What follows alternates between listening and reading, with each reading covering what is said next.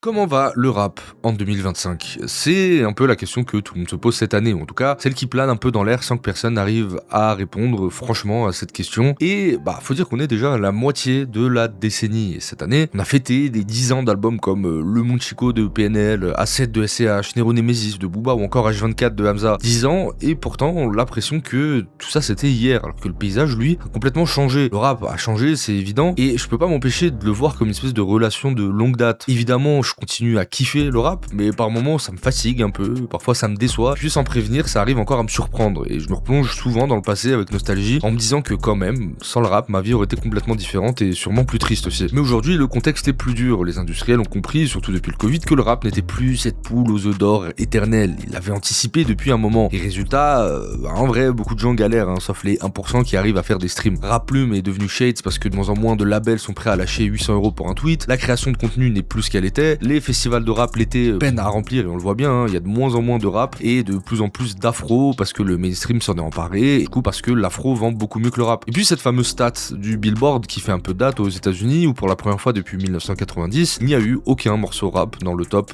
40. Du coup, en fait la vraie question aujourd'hui c'est pas juste est-ce que le rap va bien, c'est plutôt c'est quoi le rap maintenant. Certains disent que ça ressemble à la fin des années 2010, juste avant le nouvel âge d'or. J'y crois moyennement et je pense surtout que le rap a déjà beaucoup donné en termes d'innovation qui va continuer à s'intégrer à la pop et à s'hybrider, à se fondre dans d'autres formes. Pendant que quelque part d'autres, et heureusement, continueront à nous faire kiffer en tabassant des prods boom bap avec des rimes de génie juste parce que c'est bien et qu'on kiffe. Bref, vous allez le voir dans ce top 10, il y a pas mal d'albums qui sont peu du rap ou même des fois pas du tout du rap, mais vas-y on s'en fout, je vais pas commencer à me justifier de ça c'est du rap, ça c'est pas du rap. C'est plutôt les albums qui m'ont marqué cette année. Donc c'est parti pour mon top 10 albums de 2025. Mais avant de commencer, vu que je vais beaucoup débiter, laissez-moi me réhydrater un peu et boire un coup.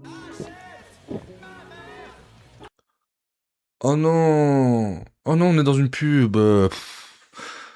Moi qui voulais résister au capitalisme. Cette vidéo est sponsorisée par Oli, la boisson des aventuriers. Alors pour tout vous dire, j'ai trouvé cette bouteille lors d'une expédition dans un temple en Égypte. L'entrée était protégée d'ailleurs par un mec qui avait un accent toulousain et un bob, mais bref. Arrivé en bas, je m'approche d'une bouteille ancestrale, je la prends et elle me parle. Cette bouteille n'est pas qu'une bouteille, Yanis. Jadis, j'étais un homme, un explorateur maudit par les boissons trop sucrées, condamné à me transformer en gourde Oli. Je suis prisonnier depuis des siècles. Bois-moi et tu connaîtras la vérité.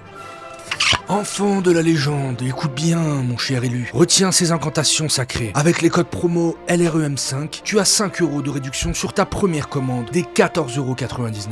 Et avec le code LREM, tu as 10% de réduction sur toutes les commandes, si tu es un client récurrent. Perso, je l'utilise beaucoup à la salle parce que j'ai un peu du mal à boire tous mes litres d'eau, et du coup ça m'aide. Avec Oli, je les vois pas passer. T'as le goût du sucre avec quasi 0 calories. C'est simple, tu prends ta gourde Oli, tu prends un sachet avec le goût que tu veux, tu le mets à l'intérieur, tu mets de l'eau, tu shakes, et c'est fini. D'ailleurs, ils ont plein de goûts. Moi, mon préféré, c'est Apple Alligator et Watermelon Whale parce que j'aime trop la pastèque et ça, regardez-moi.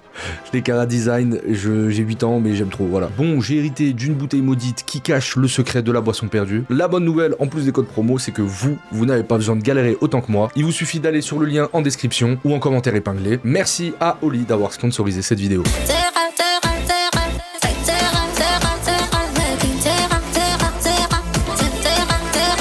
Vous connaissez la tradition, désormais ça fait 5 ans que je le fais et chaque année le top 10 est réservé à un petit artiste qui a été un coup de cœur pour moi cette année. Il y a quelques mois, j'ai fait une vidéo sur ma chaîne secondaire intitulée très sobrement J'en ai marre des Arabes, en expliquant que la vibe post-Houma Sweet Houma, initiée par Tiff et Khalil, avait donné une esthétique rebeu de la diaspora que tout le monde a repris de manière parfois un peu caricaturale, presque orientaliste, et que ça me gonflait un peu parce que le monde arabe il est riche de plein d'autres sonorités et d'autres choses que du thé à la menthe, des tapis volants et des charmeurs de serpents. Pas plus d'une semaine après, le Best Houma, qui est modérateur sur mes live Twitch, nous envoie random un son en nous disant que c'est la pote d'une pote et qu'elle vient de sortir un EP. Et là, vous connaissez la chanson, 400 auditeurs par mois, on écoute, grosse claque, mais qui est cette meuf? Couvrez-la d'or et de stream. C'est le patronat en main, c'est le patronat qui est en main, c'est le patronat qui fait tchana, pas de pardonnat pour mon amour, des paroles qui reviennent toujours. Toutes les étoiles du ciel, c'est pour moi. Ces paroles me reviennent toujours. Le projet m'a surpris parce que c'est archi quali et osé à chaque track. Mention spéciale d'ailleurs au morceau Papicha. Et quand j'avais reproché ce truc de la diaspora maghrébine dans la musique, d'aller chercher des trucs un peu trop caricaturaux et que je trouvais maladroit, ben c'est pas du tout le cas ici. Et forcément, quand tu viens du Maroc, t'as pas besoin d'être dans une démarche de te réapproprier un imaginaire collectif, vu que tu vis dedans. C'est plus un imaginaire, c'est une réalité. Et donc ton socle de base créatif, il va te permettre d'aller chercher beaucoup plus loin. L'architecte aux commandes des prods, c'est Mango Khefé, qui a déjà produit pour La Fève et pas mal d'autres artistes en place, qui, en allant au Maroc, a découvert plein de genres, dont le shahabi, et qui s'est dit mais ça sonne grave trap en vrai ça, si je rajoutais des 808 stylés et des percussions un peu moins sèches. Et hop, ça donne ça.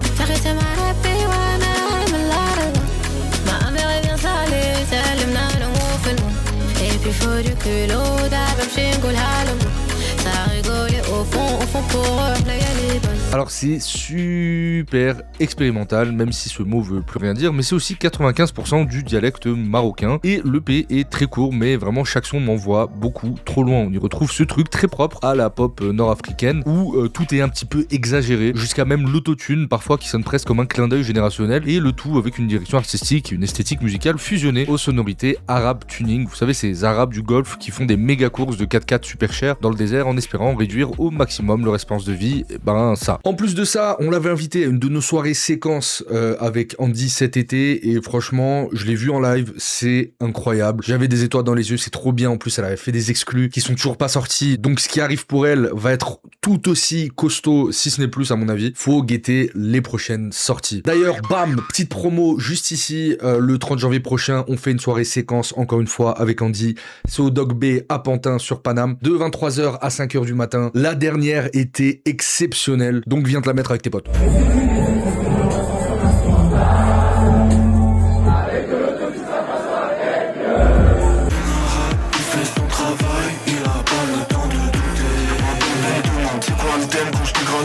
L'année dernière, il avait occupé la 10e place et vous avez été beaucoup à kiffer comme moi. Cette année, je suis très content parce qu'il rentre sur le terrain avec les titulaires. Reparlons encore une fois cette année, s'il vous plaît, de Al Walid. Le retour qui s'est pas fait attendre du petit prodige de Genève et enfant pleinement assumé du super wack. Al Walid nous avait marqué l'année dernière avec son projet Il y a un soleil en moi, dont on avait parlé et que j'avais découvert grâce au dictateur du rap. Et toute la question, en voyant qu'il sortait un second projet en février dernier, c'était de voir s'il allait confirmer, et comme on pouvait s'y attendre, non seulement il a confirmé à mon sens, mais il a réussi à faire encore mieux que son projet de l'année dernière.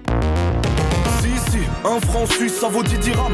Et dans mon compte en banque suisse, j'ai que 10 dirhams. Et ma femme la syrienne, elle s'enrichit de jour en jour. Elle apprend la langue de sa mère. Rime riche, il me faudrait genre 32 salaires. Chante à l'intérieur, il serait temps que je m'aère. Laisse moi dans mon délire. Je me sens comme Noah pendant le déluge. G-E-N-E-V-E, j'ai de la peine à me le. Surtout quand je rallume le tata de la veille. G-E-N-E-V-E, rapologie grave à la tête, oui, mais c'est pas une course. Sarman, sorti en début d'année, est un véritable bijou, non seulement de rap, comme Al Walid nous avait habitués, mais surtout de production complètement folle. Toujours bien pensé, sans jamais que ça ressemble même de loin à quoi que ce soit que vous ayez pu entendre. On en parlera un peu plus tard, mais le charme d'un rappeur qui fait lui-même ses prods, ça donnera toujours un crédit particulier et une cohérence à son univers. Et ça, il maîtrise avec une main de maître. Al Walid, c'est une vraie éponge qui recrache son environnement avec une poésie et un talent assez hors du commun, entre l'amour indéfectible qu'il voue à sa femme Charlotte, la syrienne, qui revient très souvent dans ses textes, son arabité et toute la complexité d'être un rebeu de la diaspora, mais en Suisse, ses inspirations ne sont jamais gratuites, vulgaires, et c'est très subtil. Rap sportif, je lâche des rimes à tête, dédicace, j'allais plein de délicatesse. Majda, Kerimat, Bader, aussitôt que je décris mes peurs, eux ils guérissent ma peine. Gaga, on a le acquis des rois, on connaît les tips, les rouages. Bébé veut des vacances, t'inquiète, je m'occupe des valises. Denzel, je fais comme le procu, j'égalise. Évidemment, cette richesse musicale et ses inspirations qui en font un artiste hors pair ne font jamais barrage à sa technique niveau rap, entre ses rimes bien choisies sans jamais trop en faire et son écriture si particulière et très personnelle. On en parlera un peu plus tard aussi dans le top avec un autre artiste, mais j'aime bien cette nouvelle forme d'artiste archi libre dans les inspirations qui vont chercher dans des textures encore peu ou pas exploitées. On y retrouve notamment des samples tout droit sortis de morceaux de Keltoum ou ces violons caractéristiques de la variété arabe, notamment égyptienne. C'est riche et varié, bref, après des années à écouter du rap, j'ai bien conscience que mon robinet à dopamine est complètement fucked up et me rend sûrement un peu aigri parce que rares sont ceux qui, comme lui, arrivent à me faire lever un sourcil de surprise à l'écoute d'un des sons. D'ailleurs, mention spéciale à Myro qui a invité Al Walid dans son dernier freestyle Monde Libre, et quel régal de voir Al Walid qu'on a propagandé depuis l'année dernière débarquer dans un cypher avec des pointures comme Caballero, Myro, Daesh et tous les choquer avec sa fougue de rookie, ça m'a vraiment régalé. Fils d'immigrés qu'un free, j'ai des valeurs et des ambitions et des rappeurs dans mes dentitions. Je viens prendre mes sous, protéger ma femme et faire du bon rap, c'est bon, j'ai pas 30 missions. Je pense à Bader, plein d'amour, flingue daron. Je rappe comme un papa, je rappe comme un brr. Ainsi soit-il, j'ai le matos comme Toki, des hématomes comme Rocky. Je rappe, ils sont tous comme choqués. C'est comment Bédavant shit marocain, comme moi, que Dieu bénisse ma rouquine. Moi, jeune arabe rap, pistolet, chouche plein de cibles, 12-26, tonnerre, roule un stick de pollen, le collègue voulait un feat, kaboum, il s'est pris le tonnerre. Comme un DJ, elle change de sujet, quand le voir je suis obligé. Est-ce que t'as pigé? 2025 n'a pas été la plus grosse année des révélations par rapport à d'autres, mais si on devait en retenir quelques-unes, et ben forcément Six Tree serait dans la liste. Ce qui est assez fou avec lui, c'est la vitesse à laquelle tout s'est emballé. Six Tree, ça fait un moment qu'il opère dans l'underground, qu'il construit son truc un peu dans son coin, loin des projecteurs, avec une vraie culture SoundCloud et une manière très libre d'aborder le rap. D'ailleurs, je crois que jusqu'à il y a pas longtemps, il avait aucun projet sur les plateformes, on pouvait que le trouver sur SoundCloud. Et puis, en l'espace de 2-3 ans, mais surtout 2-3 mois cette année, boum, une trend TikTok, les algorithmes qui s'emballent et le voilà propulsé au sommet des streams. Six Tracé, c'est un projet super expérimental, très varié avec des inspirations de bouillon bien assumées, mais aussi trap et c'est toujours filtré avec cette patte SoundCloud qui lui colle à la peau. On sent que c'est pas un artiste qui a eu besoin d'adapter son son pour plaire, il a juste continué à faire ce qu'il savait faire et cette fois, ça a touché beaucoup plus de monde et c'est tant mieux. Perso, ça a clairement été mon album de vacances. Voilà, j'aime beaucoup ce genre de projet qui respecte vraiment le concept de mixtape. Plein de morceaux qui ont rien à voir les uns les autres, des sons légers que tu kiffes immédiatement, qui cherchent pas forcément à être des classiques, mais qui accompagnent parfaitement un moment ou un état d'esprit. Alors forcément, le petit défaut, c'est que des fois c'est un peu léger, pas dans le sens où c'est creux, mais dans le sens où tout n'est pas pensé pour durer éternellement. Et honnêtement, c'est aussi ça qui fait son charme, je trouve. Surtout que le projet est suffisamment long pour qu'on se régale longtemps. Elle change de sujet, quand le voir je suis obligé. Est-ce que t'as pigé? Est-ce que t'as pigé? Six Tree c'est presque une condensation de tout ce qui s'est fait de plus créatif dans le rap français sur la première moitié de la décennie 2020. De la fève à Taomi qu'il a fait découvrir, en passant par toute la clique DMV Flow, jusqu'à la démocratisation du bouillon porté par Théodora en France. La différence, c'est que là où beaucoup sont restés cantonnés à un public de niche, Six Tree a réussi à break sans jamais édulcorer son propos ni arrondir ses angles expérimentaux. Au final, Six Tree est un petit projet bonbon dans le sens propre du terme. Ça se consomme tout seul, ça reflète parfaitement son époque et ça raconte aussi quelque chose d'assez vertigineux sur la vitesse à laquelle un artiste peut passer de l'ombre à la lumière. Ça s'est fait sur TikTok et comme quoi je dis assez souvent, des fois TikTok ça a du bon. Je monte dit chaque maton que je vois, je prendrai le maximum de liquide jusqu'à ce que ma passion me noie. J'ai envoyé chez chaque patron, voyager dans chaque wagon. Je n'ai malheureusement pas pu départager ces deux albums qui sont sortis en plus le même jour, donc je sais pas, dans ma tête c'est un petit peu lié. Il y a eu aussi l'album de Vust qui était excellent, mais bon ça aurait fait un peu trop. Infinite revient un an seulement après l'excellent 888, mais cette fois-ci dans une formule simple et dans sa mansuétude il s'est dit qu'il allait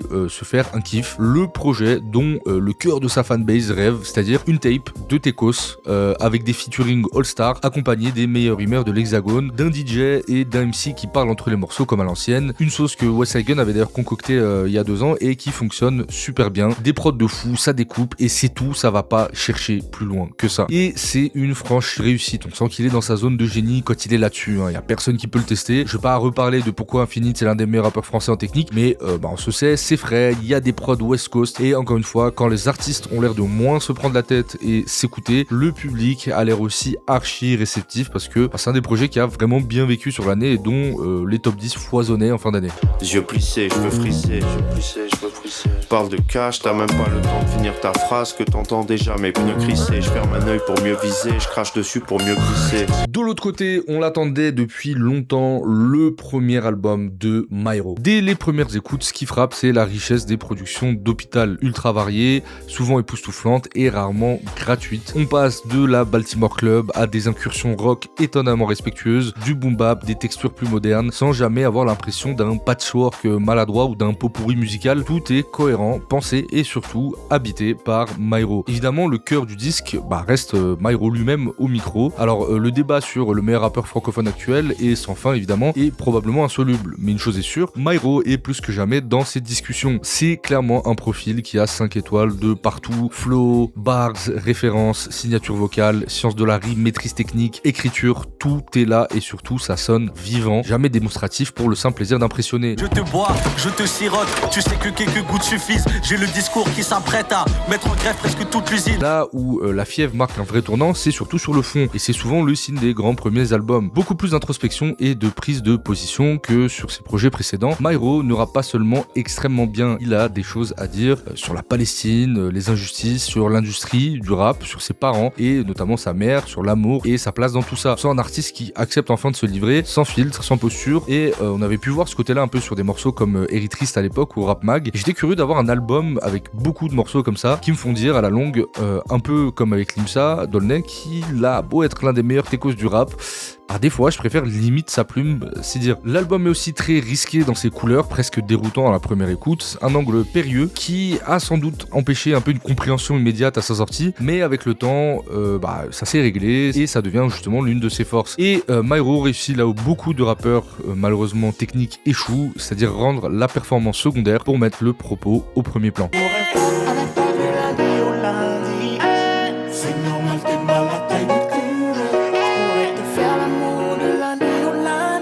À force de vous dire ce que j'aime pas, vous êtes beaucoup à connaître un petit peu mes goûts. Mais je crois qu'il y a une œuvre dont je vous ai jamais parlé, et donc je suis fan hardcore, c'est le film Hercule de Disney. J'étais amoureux de ce dessin animé, voilà, c'est simple. Je l'avais en cassette vidéo à la maison, et la quantité de fois où je me le repassais sans aucune vergogne, au point de connaître tous les dialogues par cœur, est franchement inquiétante. D'ailleurs, avec le recul, les assistantes sociales auraient peut-être dû se pencher sur le dossier, mais bref, c'est pas le sujet. J'aimais tout dans ce film, les designs archi particuliers pour l'époque, Hadès qui est le seul méchant qui arrivera à voler la vedette au héros du film tellement il déborde d'humour et de charisme, les musiques qui mettent un boulevard à beaucoup d'autres Disney, le doublage qui est excellentissime, et puis Meg qui elle avait un gros tarpé, voilà, je le dis, j'étais fou d'elle. Voilà, c'est dit, vous allez faire quoi, me cancel? Vous allez rien faire, c'est un dessin animé. Mais surtout, ce qui fait que Hercule est une œuvre géniale, c'est cette idée complètement folle de raconter l'histoire de Hercule à travers des muses qui chantent du gospel et qui me rend fou à chaque fois. C'est dégoûtant, répugnant, géant, appelé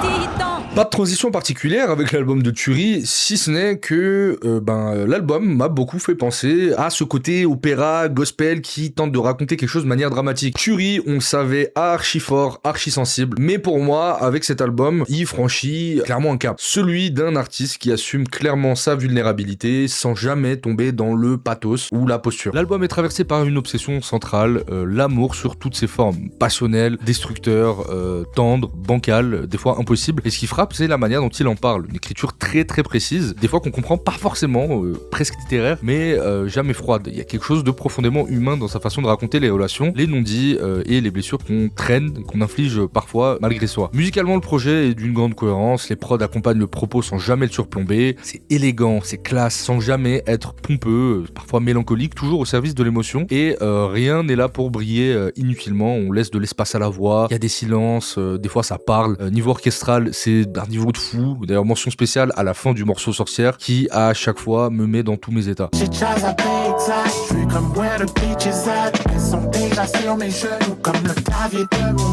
Alors évidemment c'est pas vraiment un album rap, c'est à mi-chemin entre le rap, l'orchestral, le gospel, bref en vrai ce que vous voulez, je crois qu'on a un peu rien à foutre. C'est juste trop doux, c'est intelligent, très bon goût et surtout qu'est-ce que c'est sensible, bordel. Tellement sensible que d'ailleurs sur la rediffusion qui est dispo sur la chaîne secondaire, Thury a réussi à nous faire lâcher une larme avec Mario en plein live et croyez-moi c'est rare, hein. Je pleure jamais. On pleure mais on rit aussi, on réfléchit à ce côté comédie musicale qui revient sans cesse, cette capacité à nous faire passer par toutes les émotions et son rapport en demi-teinte avec la célébrité, l'argent, l'anniversaire de sa mère par exemple qu'il a oublié de souhaiter et cette sensation intime de s'être un peu perdu et Thury utilise tout ce qu'il sait faire de mieux, c'est-à-dire la musique, non pas pour se plaindre ou pour pleurer mais pour s'avouer un peu tout ce qu'il déteste chez lui et c'est un peu sa manière de se soigner. Sous ses airs de crooner de Boule Bobby, Turi signe pour moi ce qui me semble être quasiment son meilleur projet dans une discographie qui est déjà très solide et presque un sans faute en vrai. Ça n'a pas été le projet le plus bruyant de l'année, mais clairement l'un des plus touchants et les plus honnêtes que j'ai écouté. Et parfois c'est juste ce dont on a besoin. Bonjour à tous, j'encule la mère à qui. Y'a pas d'homme au-dessus des hommes, mais je donne des ordres, c'est hiérarchique. Éteins le détecteur de fumée, je rappe. Il y a des albums qui, question de timing, arrivent pas trop au bon moment, et il y en a d'autres qui arrive pile au bon moment. Le bruit de la machine à billets de Untrill fait clairement partie de la deuxième catégorie. Parce qu'en vrai, l'argent aujourd'hui c'est devenu ultra délicat. D'un côté, t'as la génération de nos parents, les baby boomers élevés au capitalisme de la seconde industrialisation, biberonnés au CDI, au travail bien à l'école, ou sois sérieux et loyal et la boîte te le rendra. Bon, spoiler, hein, t'as jamais rien rendu. Et de l'autre côté, t'as la Gen Z qui commence doucement à sortir de la matrice, quitte à créer une fracture générationnelle. Se rendant compte, en faisant de l'alternance, que Marie-Pierre, comptable pour une PME du BTP pendant 42 ans sans augmentation de salaire, endoctrinée à être productive et à en être fière, en fait ça donnait pas envie. Aujourd'hui tout est monétisé, le temps, l'attention, les émotions, même les hobbies, hein, on te parle d'entreprendre quand en réalité on demande juste d'être auto-exploité, flexible, disponible, reconnaissant, où t'es sommé d'aimer ton taf pendant qu'on te vide lentement de toute ton énergie, et pendant ce temps-là, les mêmes accumulent, héritent, optimisent, délocalisent, pendant qu'on te fait la morale sur l'effort après un siècle à avoir fabriqué des soldats du profit sans jamais qu'ils en profitent. Bah vous voyez tout ce que je viens de dire là,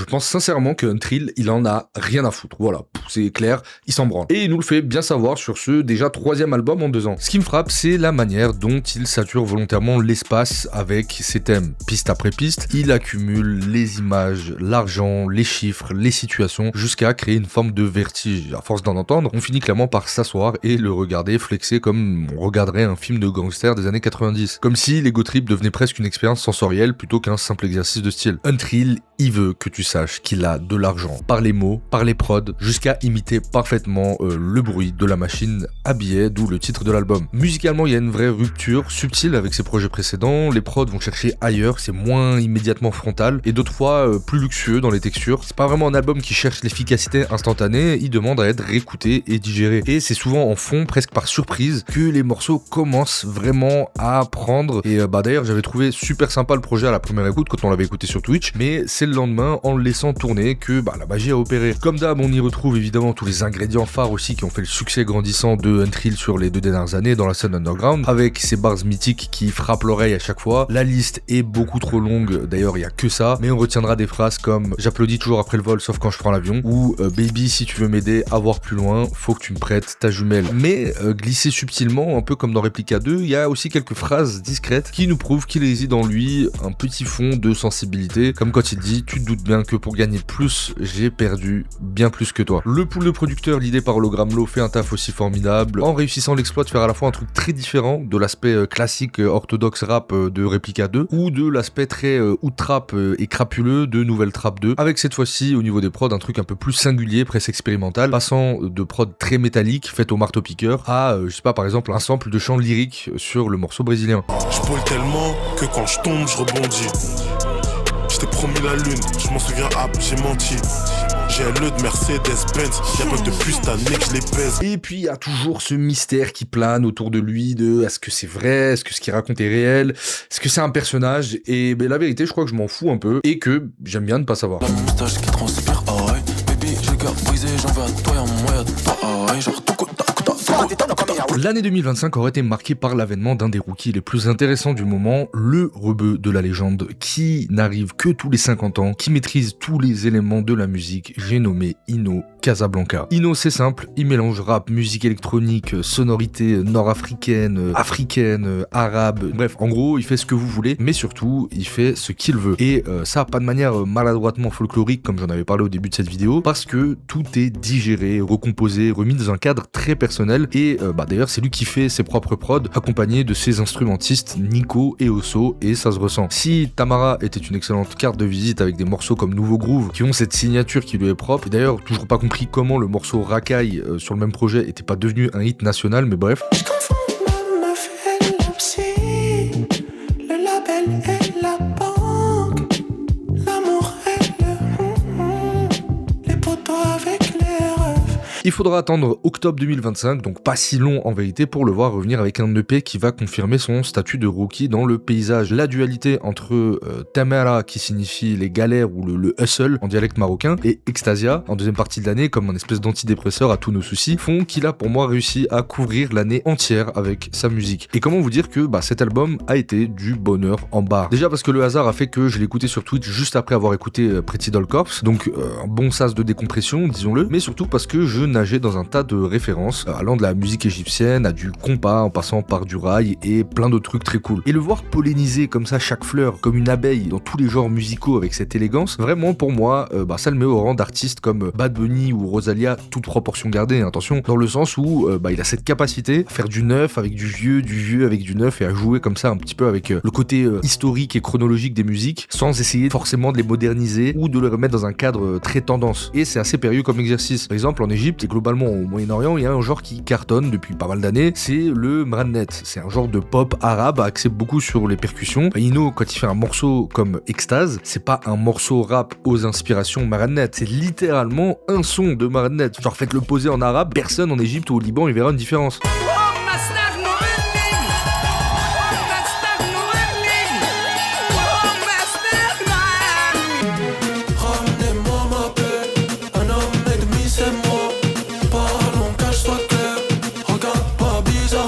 Bref, c'est brut, c'est déconstruit, c'est électrique, c'est culotté, sans qu'aucun morceau ne se ressemble. Chaque son a vraiment sa propre identité, sa propre énergie. Bref, c'est vraiment un pur régal. Top 4 parce que c'est beau, parce que c'est original, parce que c'est habité. Si la légende dit vrai, on est peut-être en train d'assister à l'apparition de la prochaine légende. Et honnêtement, s'il faut attendre 50 ans pour la prochaine, autant savourer celui-là. Avant de rentrer dans le podium, évidemment, les quelques mentions honorables. Et j'ai choisi 3 EP qui m'ont fait mon année et que j'ai pas mis dans le top parce que trop court ou pour d'autres raisons, mais je vous invite franchement à y prêter une oreille attentive. Déjà l'excellent Lucha Libre de Rice qui m'a grave accompagné toute l'année et qui saura faire plaisir aux kiffeurs de rap technique, même s'il fait pas que ça, sans que ce soit jamais poussiéreux. Versace c'est pas mon dièse, si tu veux me tester, Belek, je te taille en pièces. J'essaye de faire la part des choses, babe, des fois ça empiète. Un macédonien qui rencontre un talent grec, fréreux, je fais ma shit, donc fais gaffe à qui tu me compares en bref. On veut rendre fiers nos pères, nos darons qui quittèrent nos terres. Ma mère rêve pas d'une Bentley, juste d'une cuisine hyper moderne. Ok, je réfléchis en placement, depuis que j'ai fait des placements. Ma Barbie trouve que je taffe trop, alors je me cherche des passe-temps. Ensuite, un peu de douceur avec l'excellent rétro R&B années 2000 que nous a proposé Jade sur le dernier Sex and the City.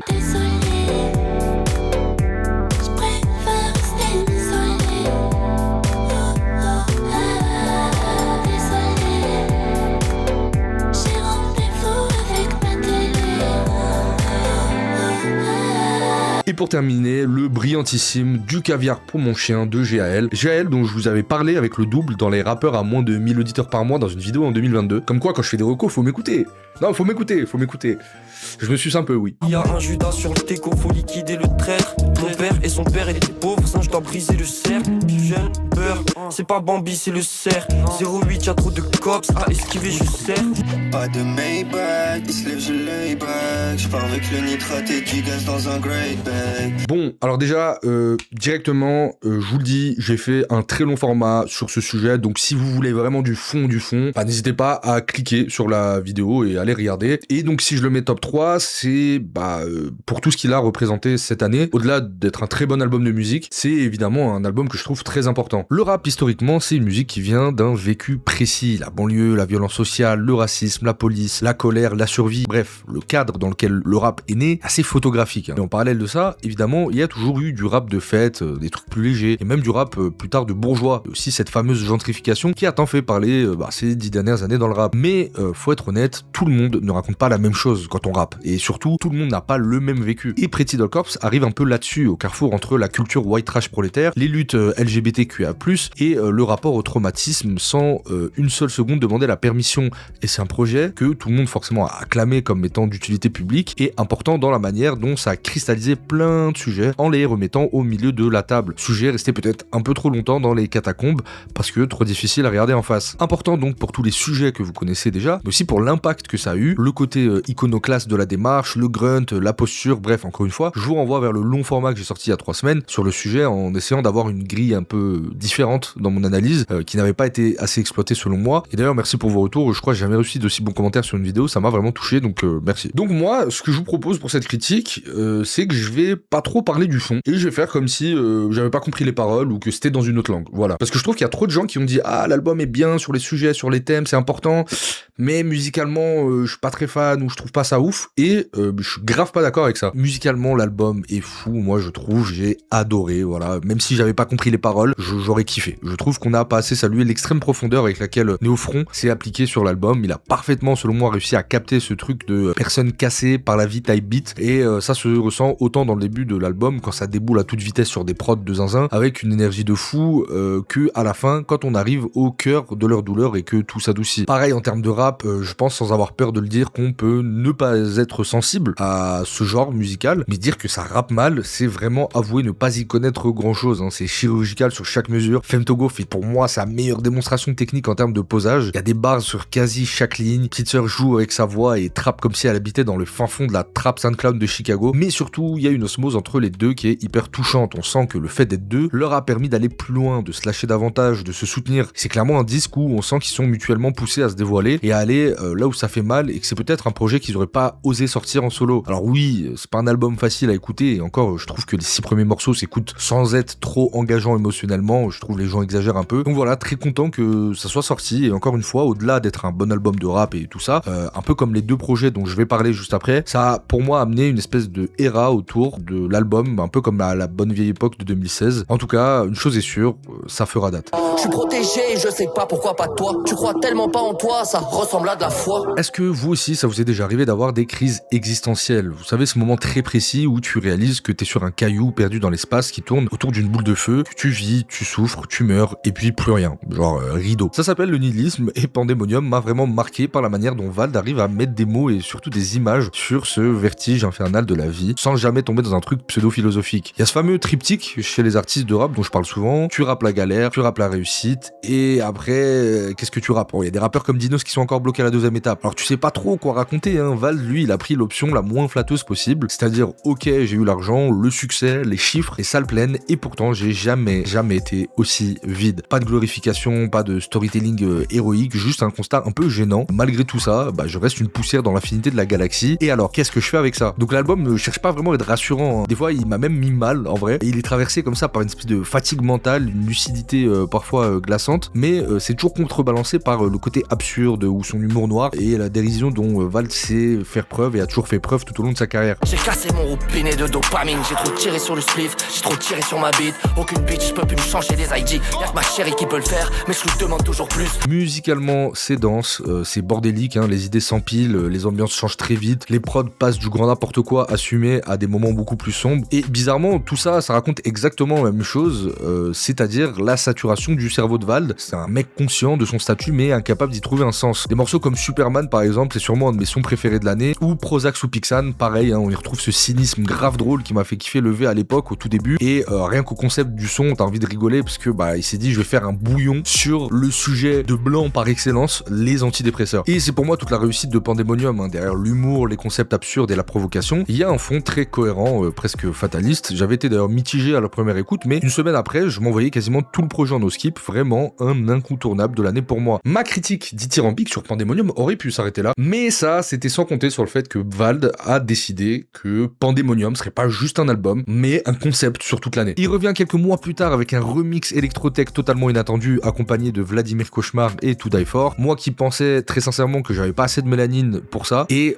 j'ai adoré, hein, voilà. Et encore plus loin, il y a un genre hybride entre le rap et la techno qui s'appelle la frappcore, qui pendant l'année 2025 a beaucoup gagné en succès, et Vald il est venu s'engouffrer pile dans cet appel d'air de la culture festivalière tech rap pendant tout l'été, donc ça a vraiment régalé tout le monde.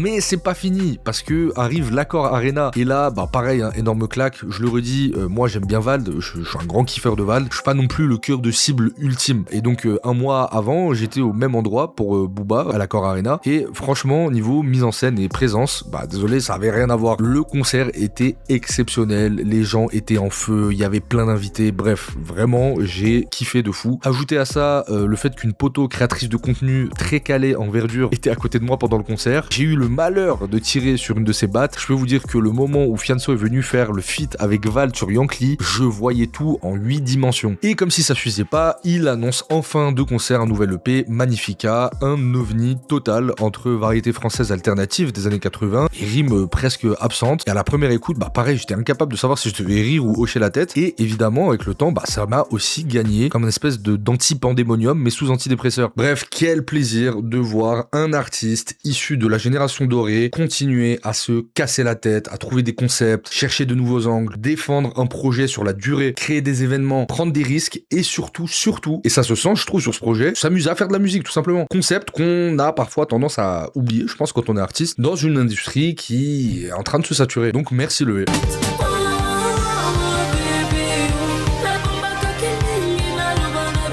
Bon, là on est dans le top 1, je vais pas tourner autour du pot, c'est très simple. On n'a pas vu quelqu'un rouler sur la musique française comme ça depuis très longtemps. Et quand je dis rouler, c'est pas avoir un bon petit run sympa ou je sais pas, avoir 2-3 singles qui pètent. Non, c'est littéralement tout écraser comme un bulldozer, et le tout en à peine un an. Et bon sang, qu'est-ce que c'est aller vite. Je me souviens du jour où par hasard l'algorithme m'avait fait tomber sur l'extrait de son morceau en 2022, Le Paradis se trouve dans le 9-3, qui n'était pas encore sorti sur les plateformes, mais je crois qu'elle avait quasiment aucun son sur les plateformes à l'époque. Je me suis dit, purée, il y a grave un truc.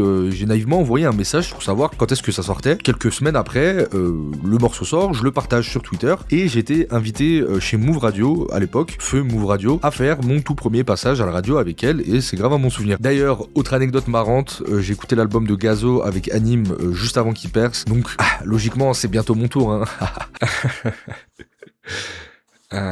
Alors, je raconte pas du tout ça pour flex, hein, on était beaucoup à penser à l'époque la même chose en tombant sur sa musique, que en vrai c'était évident qu'elle allait péter, mais c'est juste pour vous dire que j'ai été témoin de son charbon et que en vrai c'est pas non plus un truc sorti de nulle part. Je la croisais partout à des festivals, dehors, en train de faire des photos, des shootings, bref, c'est vraiment le produit du travail, mais surtout le produit d'une scène expérimentale où on s'adapte pas aux tendances, mais où on essaye de les créer. Et Théodora, toute sa carrière à la base, c'est vraiment un pari sur l'avenir, et c'est fou que ce pari ait réussi. Et surtout, qu'elle continue à faire ça au sommet des streams, je trouve ça vachement touchant. À la base, Bad Boy Love Story était déjà un truc à part, je l'avais mis dans mon top l'année dernière, c'est un album qui arrivait avec une fraîcheur que la pop francophone qui nous cassait les couilles avec Vianney et Vita depuis 15 ans, et d'autres artistes TF1 n'arrivaient pas à donner. C'est des codes nouveaux, un langage nouveau, un humour hyper assumé, très internet Gen Z coded, des gimmicks qui sont devenus même des évidences culturelles sans même qu'on s'en rende compte, Boss Lady, Freaky Nasty Girl, le délire autour du BBL, du body count, de la Vody, tout ça s'est installé naturellement dans le paysage. Et là arrive méga BBL quelques mois plus tard, et franchement, à une époque où les rééditions ressemblent souvent à des fonds de tiroir bien marketés, celle-ci fait exactement l'inverse. Elle donne encore plus de corps au projet initial. 25 putains de titres et pas un seul choix de mauvais goût, c'est complètement lunaire. Vraiment, c'est presque déconcertant cette facilité qu'elle a jusqu'à souvent endormir la personne en feat avec elle, R.I.P. DC's, et le tout en touchant à tous les styles, allant de sonorités afrobeat super organiques et grave dans la tendance du moment, à des élancés lyriques qui feraient jalouser toutes les chanteuses de variété Nepo Baby avec qui on nous a cassé la tête toute l'année, comme le morceau en feat avec Julien Armanet ou le désormais quasi classique Il me rit tout sonné. J'ai regardé sur toute la tracklist, il y a vraiment que quelques sons qui sont vite fait passer sous les radars, mais sinon c'est vraiment 85% de taux de réussite sur chaque titre. C'est juste exceptionnel. Je sais pas si on se rend compte à une époque où même les gros artistes, s'ils arrivent à break sur 2, 3, 4 morceaux, c'est déjà exceptionnel. La musique est un énorme terrain de jeu gigantesque pour elle. Les prods vont vite, tapent fort, explorent plein de genres qui commencent à peine à s'installer dans les consciences francophones, bouillon, afro house, pop hybride, et vraiment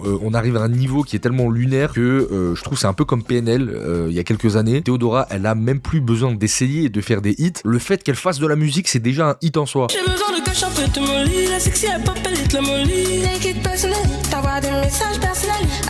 Enfin bref, je pourrais en parler longtemps, je pourrais même faire une vidéo dessus, il y a beaucoup de choses à dire. Au-delà de la musique et au-delà de sa musique, je crois que ce qui fait la différence, c'est ce qu'elle représente. Théodora a réussi un exploit assez dingue, devenir l'icône phare d'une génération post-Covid perdue et surtout désenchantée, ironique, lucide, qui croit plus trop aux promesses d'avant, mais qui a encore envie de danser, de pleurer, d'être sensible et de briller malgré tout et surtout malgré ce qu'on est. Bref, elle incarne parfaitement ce mélange de légèreté et de lucidité. Un projet qui confirme que Theodora n'est pas juste un phénomène du moment trendy, et je l'ai vu dès le début, ce sera selon moi une artiste centrale de son époque. Voilà, c'était mon top 10 comme le veut la tradition. N'hésitez pas à vous me donner le vôtre, vous savez, mais n'hésitez pas surtout, ce qui m'intéresse, me dire ce que vous avez globalement pensé de l'année 2025 sans forcément me citer des albums, mais votre ressenti un petit peu par rapport au rap, ça m'intéresse premier degré. Et c'est sincère, hein, je dis pas ça pour que vous commentiez, les commentaires font plus de référencement sur YouTube, voilà, je vous le dis. Voilà, c'est tout pour mes avis sur les albums de cette année. Je pense que bon, on peut passer à autre chose, à moins qu'il reste peut-être un truc à faire.